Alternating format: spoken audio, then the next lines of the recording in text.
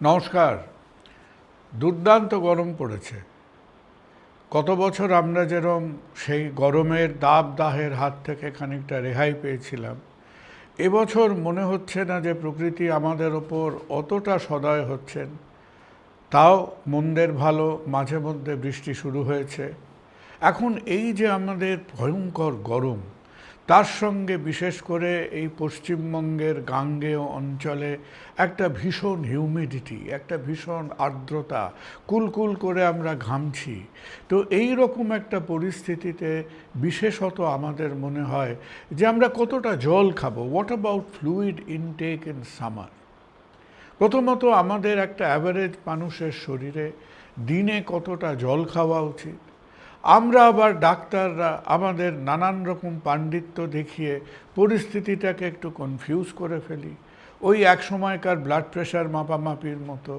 তো সব কিছু মিলিয়ে কতটা জল একটা স্বাভাবিক মানুষের খাওয়া উচিত, ফ্লুইড ইনটেক ইন 24 আওয়ার্স, আর কতটা জল আমরা হয়তো খুব গরম পড়লে কতটা বাড়াতে পারি, কিভাবে কী ধরনের রিহাইড্রেশন করব, এই নিয়ে কিছু সোজা সাপটা সহজ কথা নিজেদের মধ্যে হওয়া উচিত। দেখুন, আমরা যে মোটামুটি হাঁটছি, চলছি, ফিরছি, পুরো শরীরের যন্ত্রটা কাজকর্ম করছে, তো নানান জিনিসের মতো আমাদের শরীরের একটা অ্যাভারেজ ফ্লুইড রিকোয়ারমেন্ট আছে।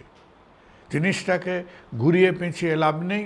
একটা সাধারণ মানুষ তার যদি জানতে চান সে একটা 24 ঘন্টা পিরিয়ডে কতটা তার জল খাওয়ার বা ফ্লুইড ইনটেকের দরকার হয়, সেই ফ্লুইড ইনটেকটা হলো রাফলি যে 35 to 40, 40 সংখ্যাটা মাথায় রাখুন, 40 মিলিলিটার্স পার কেজি পার ডে। তার মানে ধরুন আপনার ওজন হলো 60 কিলো, তাহলে 60 কিলো করলে আপনার ওই 2.5 লিটারের কাছাকাছি হবে। ধরুন আপনি আর একটু হয়তো লম্বা চওড়া হৃষ্টপুষ্ট লোক, আপনার ওজন হলো 70-75 কিলো, তাহলে ওই ফর্মুলায় ফেলে দিলে আপনার শরীরের দরকার বা প্রয়োজনটা 3.5 লিটার ইন 3 to 3.5 লিটার্সদের কাছাকাছি গিয়ে পৌঁছবে।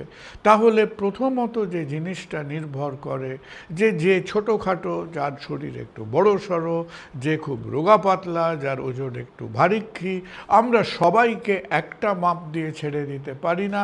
মোটামুটি ফ্লুইড ইনটেকে জানতে হয় যে আমার ওজনটা কত। আরও হয়তো জটিল ফর্মুলা আছে, body surface area, square metre, এগুলো দিয়ে ওর মধ্যে এখন ঢোকার দরকার নেই। তাহলে সাধারণ অ্যাভারেজ নর্মাল বেসিক পরিস্থিতিতে 40 সংখ্যাটা মাথায় রাখুন, 40 মিলিলিটার্স পার কেজি পার ডে, সেই মতো হিসেবটা দাঁড়াবে। গরম বেড়ে গেছে, আমরা গরমে বেরোতে হচ্ছে, কাউকে কাউকে অনেকক্ষণ আমাদের এই ঘরের মধ্যে বা এসির মধ্যে না থেকে একেবারে একটা ঘর্মাক্ত পরিবেশে কাজ করতে হয়েছে।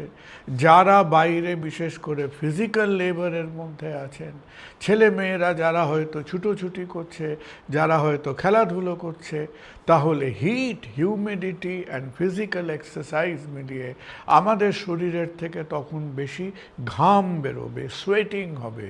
এবং সোয়েট ব্যাপারটা কি? সোয়েট হচ্ছে জল এবং তার সঙ্গে আমাদের নানান রকম ইলেকট্রোলাইট, সোডিয়াম, এগুলো মিক্স করছে। অর্থাৎ শরীরের থেকে যে জলটা আমরা গরমের সময় বেশি লুজ করছি, যেটাকে আমরা লুজিং থ্রু সোয়েট। আপনি না ঘামলেও আমাদের এই যে চামড়া রয়েছে শরীরের 1.2 to 1.4 স্কোয়ার মিটার এরিয়ার, এই চামড়া দিয়ে সমানে আমরা জল লুজ করে যাচ্ছি। গরমের সময় লসটা অনেক বেশি হচ্ছে।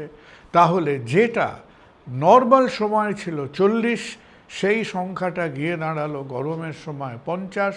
তার মানে যার হয়তো 60 কিলো ওজন, সে খুব ঘামছে, অনেকক্ষণ ধরে বাইরে হাঁটাচলা করতে হয়েছে, সেই পরিস্থিতিতে ফ্রম 2 to 2.5 লিটার্স তার জলটা বাড়তে পারে টু অ্যাবাউট 3 লিটার্স।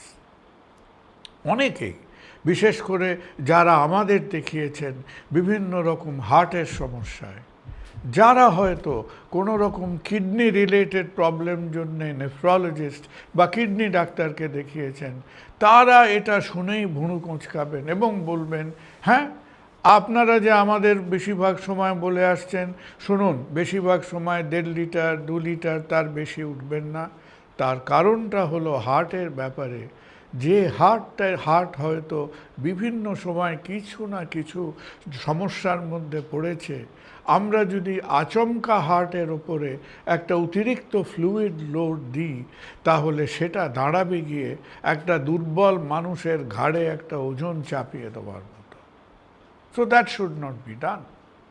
সুতরাং হার্টের পরিস্থিতিতে আমাদের শরীরের বেশিরভাগ জল ফ্লুইড কোথা দিয়ে বেরোচ্ছে?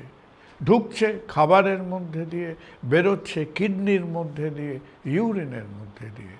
যাদের কোনো রকম রিনাল বা নেফ্রোলজিক্যাল প্রবলেম আছে, তাদের ক্ষেত্রেও নেফ্রোলজিস্টরা খানিকটা জলের পরিমাণ বেঁধে দেবেন, হিসেব করবেন যে কতটা আপনার ইউরিন হচ্ছে, তার আনুপাতিক হারে তারা আপনাকে একটা অ্যাডভাইস করে দেবে। তাহলে যার হার্টের সমস্যা নেই, যার কিডনির সমস্যা নেই, তার ক্ষেত্রে আমরা একটা অ্যাভারেজ হিসেব দেখব, and in the presence of cardiac and renal issues তার অ্যামাউন্টটা হয়তো ডেফিনেটলি একটু কমের দিকে থাকবে।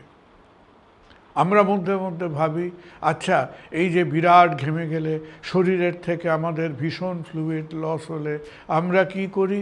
আমরা বেশিরভাগ ক্ষেত্রে ডাক্তাররা বলি, শুনুন একেবারে সাদা জল, প্লেন জল এনাফ নয়, আপনি ওআরএস ধরনের একটা ফ্লুইড ব্যবহার করবেন। তার মধ্যে কি আছে?